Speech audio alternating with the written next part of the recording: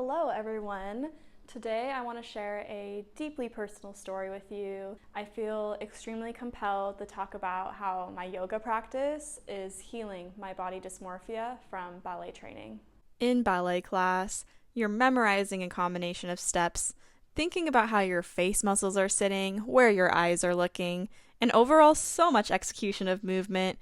It would make me forget how to breathe in class, but it would feel so good after because the art of dancing in a precise way really consumed my soul. But there's something about yoga that transports me to a state of gentle observation. I can practice meditation through a yoga flow that still gives me that systematic, guided progression that ballet offers, but it's in a less intrusive way. Have you ever felt a moment of pure presence when you're completely in tune with your body, free from judgment? That's what yoga began to offer me. In yoga, you're not obsessing over a sickled foot or a bent knee. I've noticed the mirror isn't even a place for me to correct my posture anymore because I'm not obsessing over the placement of my fingers or turning out my hips as much as my body allows.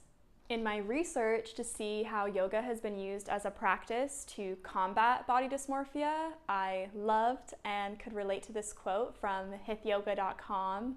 The connection between body dysmorphia disorder and yoga is not a flimsy or fancy one. Studies have demonstrated that yoga enhances body satisfaction and reduces self-objectification. Like many psychological techniques, yoga is a form of awareness training. It helps individuals to connect with their body in a relaxed state, to discover and rediscover physical parts of their oneself that they have been ignoring or obsessing too much on.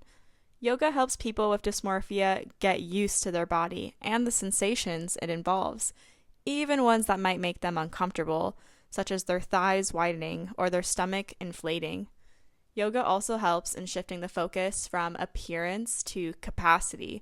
Post-yogic sessions, men and women express a desire to continue yoga to enhance their body's strength and flexibility, rather than physical appearance. I've discovered that I have a lot of inner work to do to get to the point where I'm not obsessing over how correct my form is in each transition of a yoga flow because I still have that inner perfectionist in me from ballet. But I also know from ballet, with discipline, the results reveal themselves when you least expect it. I have a memory of a talented girl landing a series of 5 pirouettes, and she landed with a big smile on her face. A few girls started to clap for her, but the applause was interrupted by my teacher yelling at her, "You were just lucky!" The girl immediately started to suppress her pride. It's basically like that in yoga, where you have to remove your ego from it. Yoga and its philosophy teaches you to be away from attachment towards the non-real physical things and helps you to develop a gaze so that you start accepting your emotions, body, as they are, thus leading us to become much more satisfied being. I resent the obedience I had towards my ballet teacher. All my friends were so intimidated by the teacher, as soon as they would walk in, we would pretend not to be friends, goofing around. We knew once class started, it was time to get into a mindset that doesn't allow us to be sensitive when we're corrected, even if we feel a majority of our movement is going to be scrutinized by the teacher.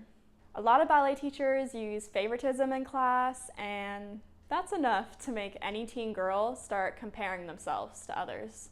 With yoga, you surrender to what is, and you feel grateful you're able to strengthen and relax your body, falling into poses with a sense of concentration that doesn't seek a self-deprecating narrator that is there to critique all your flaws. Individuals are then left free to introspect, experience sensations, and process their emotions. They may begin to understand that their body is more than the emotions they react with to it, and begin to lose some of the anxiety and obsessiveness that often accompanies dysmorphia. In my opinion, there's not enough time to allow for what is in an art form as physically and mentally challenging as ballet. I used to take advanced ballet classes and get so much anxiety that I was behind in my training. And the anxiety is what burnt me out when I didn't even realize it was, because dance was my first love, but now I feel even more connected to that part of me that craves to move. I get up in the morning and do yoga to sit with myself in my own company. I leave my yoga mat and just start my day, instead of going to the mirror and checking how thick my thighs appear, using my hands to see how they would look if there was less fat. I don't get mad at how flat my feet are and how they'll never look as anatomically correct as the dancer with the high arches I once desired. I don't allow any room for the harsh self-contemplation I used to think was a necessity. And all of that comes with practice.